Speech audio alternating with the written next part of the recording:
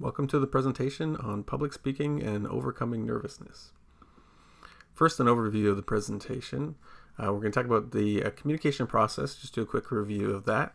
And then we'll think about getting started with the presentation. And the basic idea is understanding the 5 W's of the presentation. And then planning the presentation, which is the how. And then we'll go through some tips for overcoming nervousness during presentations.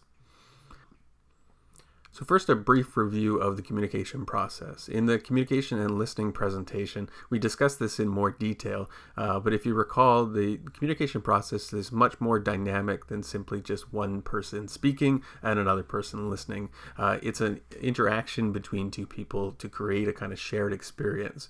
So keep in mind that even if you're doing a presentation and you're preparing as the speaker, you're both a sender and receiver of information when you communicate to your audience or your listeners, and the listeners are both sending and receiving information back. And it's a shared process, so it's affected by the kind of external environment as well as the internal environment, and how you navigate that process over time. So just keep in mind that the communication process is a dynamic process of creating a shared experience and a shared meaning.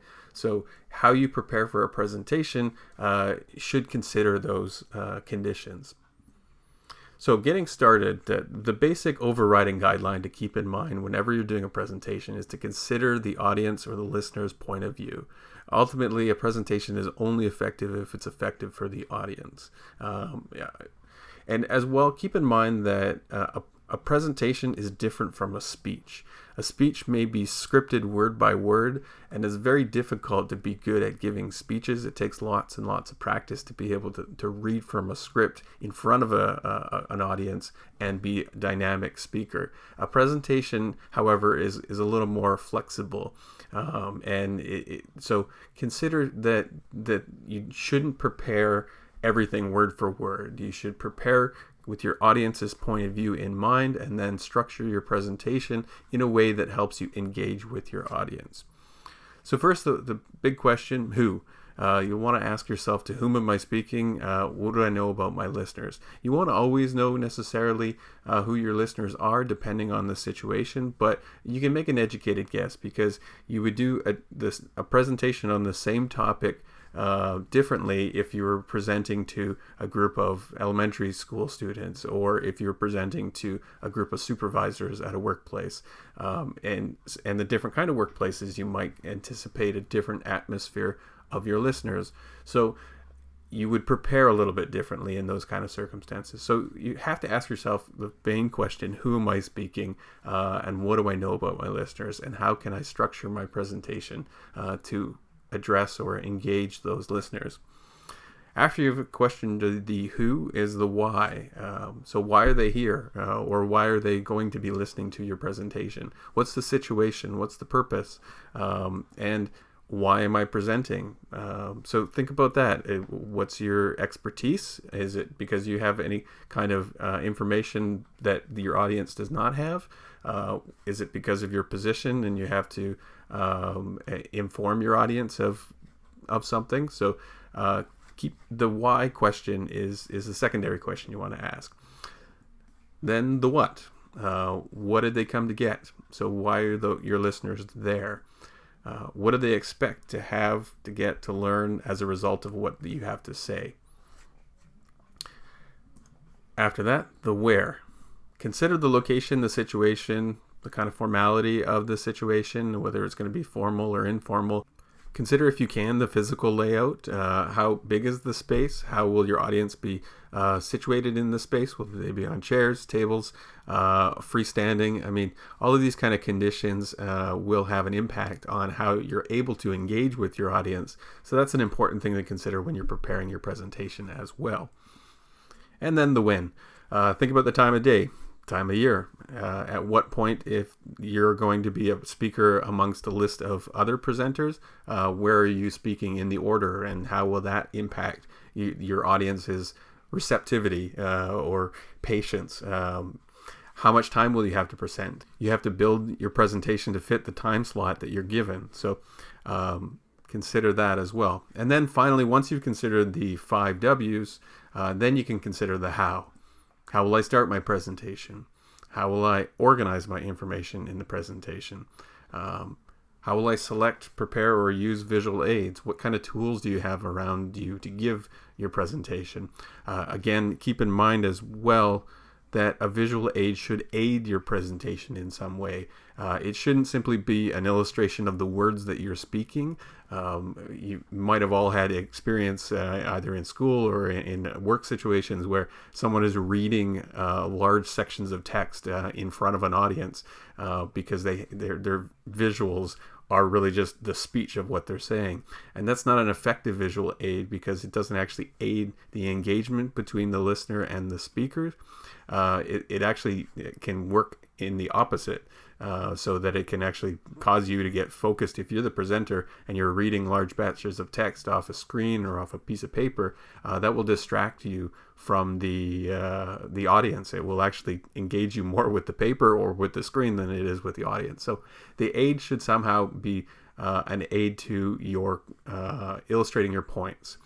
And then as well, how formal or informal will my delivery style be? So thinking about your audience, again, will help you to kind of structure what kind of approach you want to take when you're doing your presentation.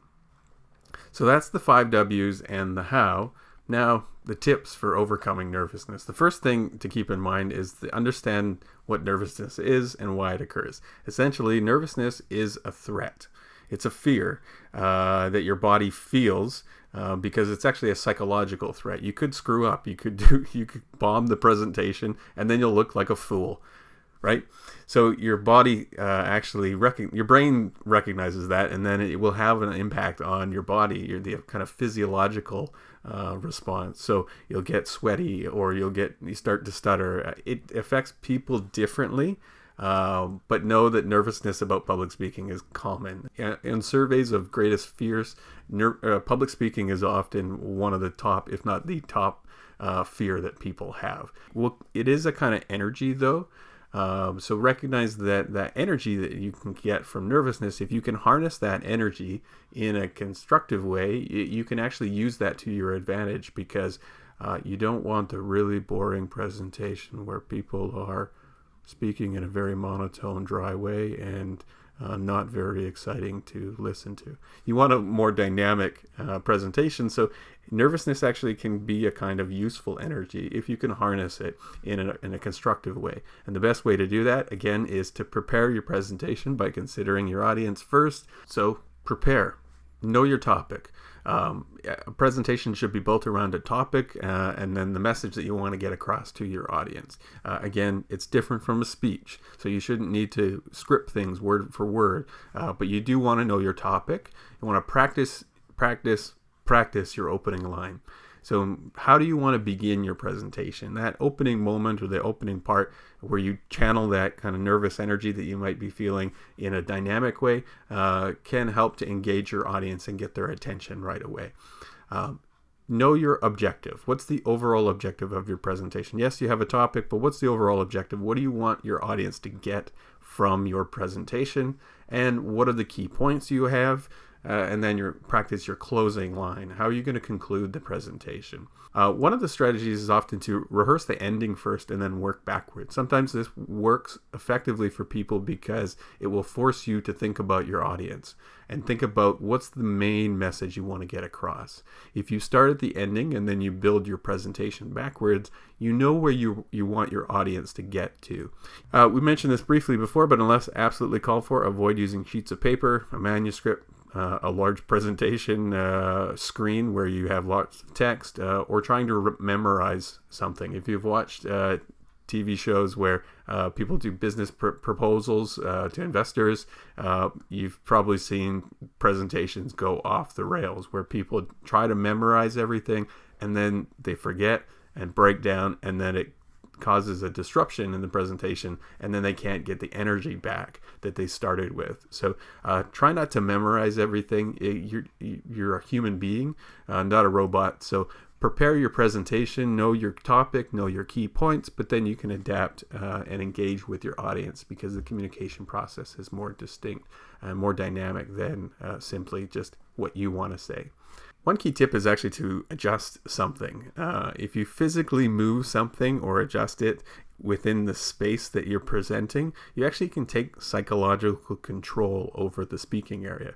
So if you think about this in terms of like stand-up comedians who are always coming out to a microphone on a microphone stand, and then they have to adjust the height of the microphone or take the microphone out of the stand, or sometimes you will see people giving a presentation in front of a podium, and beside the podium there's a glass of an empty glass and a jug of water, and the presenter always has to pour the water into the glass before they begin speaking. I don't know if you ever asked yourself, why not set that stuff up ahead of time? Why is the glass not full of water to begin with? Why is the microphone not adjusted to the speaker's height before they come off to present? That's entirely possible for most speaking situations, or at least public presentations. But it's actually a strategy to help the speaker take control of the space. If you physically adjust something, that will help to reduce your nervousness because you now control the space. It can be very subtle, but if you adjust anything, it can help you to take control of the space. Another tip, again, is to rehearse out loud. You don't necessarily have to be Robert De Niro in Taxi Driver, where you're shouting at your bathroom mirror, but if you do rehearse out loud, sometimes it helps to do that, because it will help you to think about how you will put your ideas into sentences, and that's the key idea. Rehearsing out loud is good. It's also helpful if you have an audience that you trust that will help you prepare, to give you kind of useful feedback. One other strategy, basic: drink water. The other advantage to drinking water, other than it will soften your throat so that you can feel better, is that it will give you a kind of natural pause too. And sometimes that helps to refocus the energy of your audience.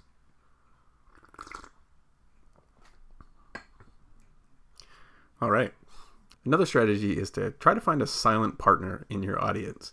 Now, a silent partner in the sense that if you recall from our communication and listening presentation, we talked about listeners as simultaneously senders and receivers of information, and there are kind of positive listening, active listening habits that will help the presenter feel like they're being attentively listened to, and it will engage the speaker. So if you're getting those kind of messages from somebody in the audience that you can find, they might be able to give you that kind of energy that you need if you're starting to feel nervous during a presentation. So if you're getting like good eye contact and like head nods and kind of like that positive energy from somebody in the audience, you can maybe, if you're feeling nervous during the presentation, to kind of shift your focus to that listener in the audience. That can be your kind of silent partner. Just keep in mind that if you're presenting to a larger audience or if a larger space, try not to pigeonhole all your energy to one section of the audience. If you can pick 2 or 3 silent partners, that's even better. If you're starting to feel nervous, focus your energy on there, and you'll get that kind of positive feedback that you need to kind of move forward. Another tip is to do simple isometric exercises. Now, isometric exercises are actually tension and release exercises. So sometimes you can do this really easily and no one will notice. So whether you kind of ball your fists together and then relax them, or you can do that with your toes, you can do that with your hamstrings or your quads if you're standing up doing a presentation. So if you need to kind of calm the nervous energy, slow down a little bit, isometric exercises are really useful. Now, deep breathing is also an isometric exercise. So pausing and taking a breath is a tension and release exercise. It's an isometric exercise, and will help you kind of to refocus your energy in a constructive way, often to calm the kind of nervous energy. Another really important tip to keep in mind is if you make a mistake, if you screw up during the presentation, never apologize. I don't know if this is the best strategy for life. I think apologies are actually a good thing in life, but as you're a speaker, don't apologize to your audience, because what happens is you might have prepared your presentation in a particular way and you realize kind of midway through, oh, I screwed up, I made a mistake, or you might have said something or stuttered. Don't apologize for that. Just pause, fix it, continue. Sometimes your audience will not even know. It may seem like a mistake to you because you have prepared thoroughly for your presentation, but if you apologize in front of your audience, say sorry, and then you explain why you screwed up, that's going to call attention to an issue that might not even be an issue, and it will actually cause you to be more nervous. So don't apologize during a presentation. Just pause, fix it, continue. The next tip is to kind of learn how nervousness shows itself in you, and keep in mind, as I mentioned before, it's different for each person. So some people may stutter more, some people may get twitchy, some people may get sweaty. So just keep in mind that it's a little bit different for everybody, and it's helpful to get feedback from people you do presentations to, and especially people that you trust, a family member, spouse, etc., and value that feedback. And lastly, dress in a manner that helps you feel polished and professional. So in short, dress kind of notch up from what you would normally dress whenever you're asked to do some kind of public speaking or a kind of presentation. An interview, a job interview, for instance, is part interpersonal communication. It's the listening and speaking with your audience, with your interviewers, and then answering those questions that you're being asked. But it's also, as well, a public speaking opportunity where you have to sell yourself, your skills, and why you should be hired. So you want to dress a little bit more formally than you might if you were simply coming into work at a regular shift. So it doesn't necessarily have to be a suit and a tie. You can have to think of the situation and the environment that you're going to be in, but dress a little bit more polished and you'll feel a little bit more professional. You'll feel less nervous and more in control of the situation. All right, so that's the end of our presentation on public speaking and overcoming nervousness. I hope the tips are useful when you're planning your presentation.